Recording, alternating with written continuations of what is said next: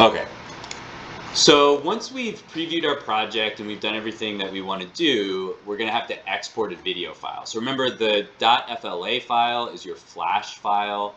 This is for editing, but it can't be shown on a browser or on your phone or other places.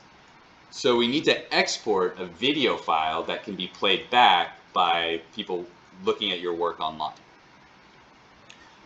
So to do that, I'm just going to go to File, Export, and I'm going to export movie. You can do, there's other options here, but we're just going to export a movie. I don't know if the File Explorer interface is going to be captured here. In case it's not, I'll just talk through what I'm seeing. So it brings up a File Explorer interface on Windows. I want to tell it where I'm going to save it. So I'm going to go to the desktop, go to ANI 260, go to vol study number 1. And then I need to change the file type. So JPEG sequence is useful if I'm putting this into After Effects or something like that, but I'm not. What I want to do is a movie.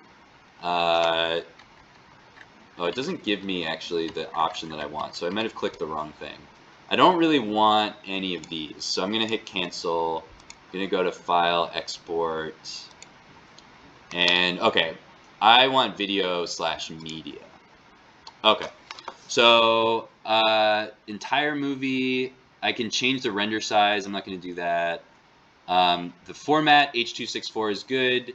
This is kind of the main standard that we use for the web. We are probably going to move to H.265 eventually, but that hasn't quite happened yet. This is fine. And here, now I'm going to set where I want this to show up. So it already knows where I want it to go, but just in case, I would go to Desktop, ANI 260, vol study number 1, and then click Save here. And we're going to click Export. And I think it might be done already because it's not a very big file. So now I'm looking at my File Explorer, and okay, it made a Swift file. That's not what I want. Let's try that again. Okay, so I'm going to go to Export, Video. What?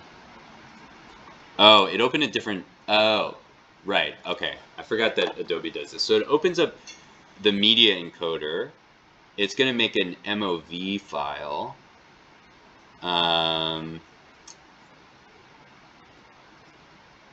Is it still going?